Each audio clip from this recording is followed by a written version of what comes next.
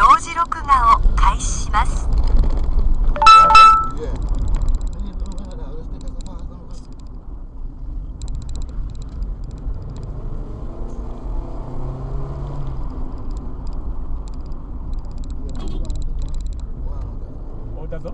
Which side?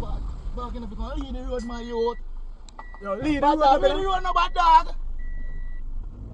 Yo, we are coming to our roads there. Roads there. Stand up, but which part we come? We don't know why scheming no bad dog. Yo, just storm move, brother. Come, brother. Brother, that's the You what? On the spot news media, we got the latest news. We don't care about the views, we just representing right. Put local news internationally every night. On the spot, wave that Jamaican flag from left to right. Let's get it right, y'all know the type. We ain't dealing with the hype. We make it take flight. Yeah man, my viewers and subscribers, what go on a blessed and wonderful Tuesday morning to each and every person out there tuning in to On The Spot News Media. Now my peeps, I don't know how we do it over on this side each and every morning. We have to give thanks and praise to the Most High Creator for the preservation of life, because life is indeed the greatest. So in the morning, my peeps, I have a few stories to share with you, the regular members of Jan Public and also members of the diaspora. So please share the video, like the video, watch the entire vlog so you can get a full understanding and a better appreciation of everything we are going in Jamaica. So the first thing that we are going to talk about is them two criminal elements upon the screen right now. I'm pretty sure many would have seen this video all over social media, but this incident actually took place in the Avery housing scheme over there in Old Harbour, St. Catherine, where an incident of robbery with aggravation was reported to the police. However, the car that you see in the video that is recording these two men stealing the car was eventually shut down by the owner and recovered by the police, but the old criminal elements them escape. Yeah man, may I tell you. So they are definitely out there at large right now. So I'm pretty sure persons in the Old Harbour area or in the general St. Catherine area or wherever these criminal elements are from can definitely make out the one that is driving. So please give the necessary information to the relevant authorities. And as always, if you don't trust them, link on the Spot News Media. He will definitely pass it on to whom it definitely may concern, or link any other like-minded blogger and pass the information to them. Here man, may I tell you, we definitely have to work together as regular members of Jan Public to rid our streets of these criminal elements. So can you imagine, my peeps, you work so hard, save a little 2 shillings for buy a little ride, and then criminal just come juke you and take it and go scrap it and sell it for little and nothing? No man, them think they can't work. Them boy have to get taken off the streets. So anyway, my peeps, make we continue. So over there in the troubled, crime-riddled parish of St. James, Montego Bay, or so-called second capital, well, definitely the murder capital of Jamaica. Now, yesterday a series of knockings and clappings go on up there now. Especially the last set of knockings and clappings were go on. So my fellow Montegonians, unno see say the thing get out of hand pan we down there. Unno see that for unno self say Montego Bay nah run under no law nor no order. The old dirty Corna boy them just at be just at do what them want to do with who them want to do it with. The man them literally not have no respect at all for life. So on your screen is the two elders where the old dirty Corna boy with them call Tony Clappo yesterday. So to the left of the screen is Gilbert Jackson, and to the right of the screen is Henry Salmon. The two men, life was taken from them simple because them refused to give them hard-earned money to a young green boy. Boy, may I tell you, the man them no want work, them just want go around and extort people. So you really expect to live? And then some of you see them one, the regular members of John Public me attack, we are glorify them boy and I rate them boy as some gangsters in the street. Them boy are not gangsters. Them boy are some big waste man. You no need to go pick on somebody who no own size. Why you no go take on one patrol jeep with the black helmet man them or the green clothes man them when time you no see them a pass. Them have them chapstick to man. Them can defend for them own. And them you no go take on like you no feel say you no bad and leave the senior citizens them alone. Furthermore, leave all citizens alone when I mess with uno always go pray upon the weak. Yeah man, and trust me, the regular members of Chan Public out there, the decent law abiding citizens out there, them fed up as some uno. Yeah man, me I tell you, the thing grieve me hard to see the two elders them just lose them 3 points them type of way there. Them thing them must happen and me I go see if the residents of Yarkbush and Anchovy and the general environs I go see that boy Tony there I walk up and down every day pass and don't say nothing out on the mouth because you see all of we know which part him there and now say a word out on the mouth because you claim to say afraid. What I got happen when time it come knock on phone door. I see him where somebody else I got turn a blind eye to it and it continues like that and guess who benefit from that? The criminal elements.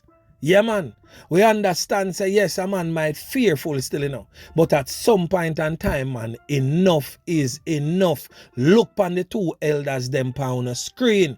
What them do? If deserve such a terrible and wicked and brutal death. So on your screen, my peeps, is Member of Parliament for St. James Southern, that is the State Minister in the Office of the Prime Minister, Homer Davis, in conversations with Superintendent Aaron Samuels, who is in charge of police operations in the St. James Police Division, and Deputy Superintendent of Police, Angela Gale, following the loss of life of the two men in Yarkbush, St. James. So Homer Davis basically I say where him get from the ground that the men were driving and was indicated to stop by the old criminal elements. So they demanded money from the gentlemen and Homer Davis say one of the man them state say him not give him money to no lazy man and that is what caused their demise. Homer Davis stated that when those words came out of their mouth, the bullets came out of the guns that snuff out their lives. The men are two highly respected members of the community that did not deserve to go down like that, trust me. So the residents in that area where they're from and persons who know the whereabouts of the culprit with them call Tony, who no need to push him out forthwith. Yeah man, so anyway my peeps, make we continue. So still in the parish of St. James, a St. James so-called businessman, and I deliberately said so-called because he's not really a businessman. He's a scammer that used the illicit funds to start so-called legitimate business and wash the money so him look like him a really decent law-abiding citizens to some person's eyes. Well, this so-called businessman is alleged to be the mastermind of a local lottery scamming group, and he is to be extradited to the United States of America after he opted not to challenge the request. So the man in question is Anthony Stewart, who is definitely no stranger to local law enforcement. So Anthony Stewart, age 38 of Bwoy village, waived his right to an extradition hearing on Monday when he appeared in the Kingston and St. Andrew Parish Court with his lawyer Richard Lynch. Senior Parish Court Judge Lorian Montague signed his warrant of committal for his extradition and notified Stewart that he would remain in custody until arrangements are made for him to be taken to the United States of America. Stewart is wanted in North Carolina for mail and wire fraud. Stewart was first arrested back in 2013 August with his spouse Felicia Lindo by members of the Major Organized Crime and Anti-Corruption Task Force in relation to lottery scamming. Police had reportedly seized papers containing overseas contact information and over $1,000 and over 10,000 Jamaican dollars. During a search of his premises, both were freed of the charges. Lindo, who is both Jamaican and American, was however arrested again in September of 2016 in the United States of America. She pleaded guilty to one count of conspiracy to commit wire fraud in the Western District of North Carolina. The dual citizen, who had admitted to being a part of the Jamaican lottery fraud conspiracy that targeted victims from the United States of America between 2011 to 2012, was in February of 2017 sentenced to 24 months in prison and 3 years supervised release. She was also ordered to pay $292,900 in restitution fees. So Lindo, as a part of her guilty plea, had confessed to collecting hundreds of thousands of dollars from victims before forwarding portions of the amount to Jamaica.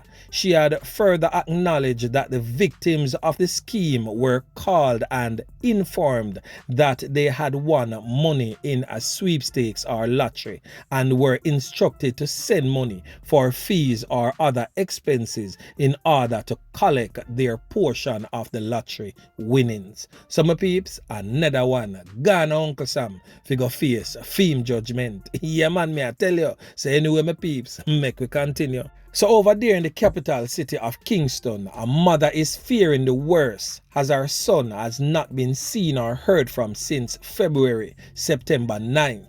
So Andrea Brissett says that she last spoke with her son, 24-year-old Romario Williamson, last Wednesday, minutes after 11 in the night. So on your screen is 24-year-old Romario Williamson. She says several calls to his phone went unanswered and that arose her suspicion. Miss Brissett also states that it is customary for her to speak with her son on a daily basis. She says that she did not get him on Friday and she became seriously concerned. So we're going to hear from Miss Brissett right now as it relates to the present circumstances of her missing child. Listen.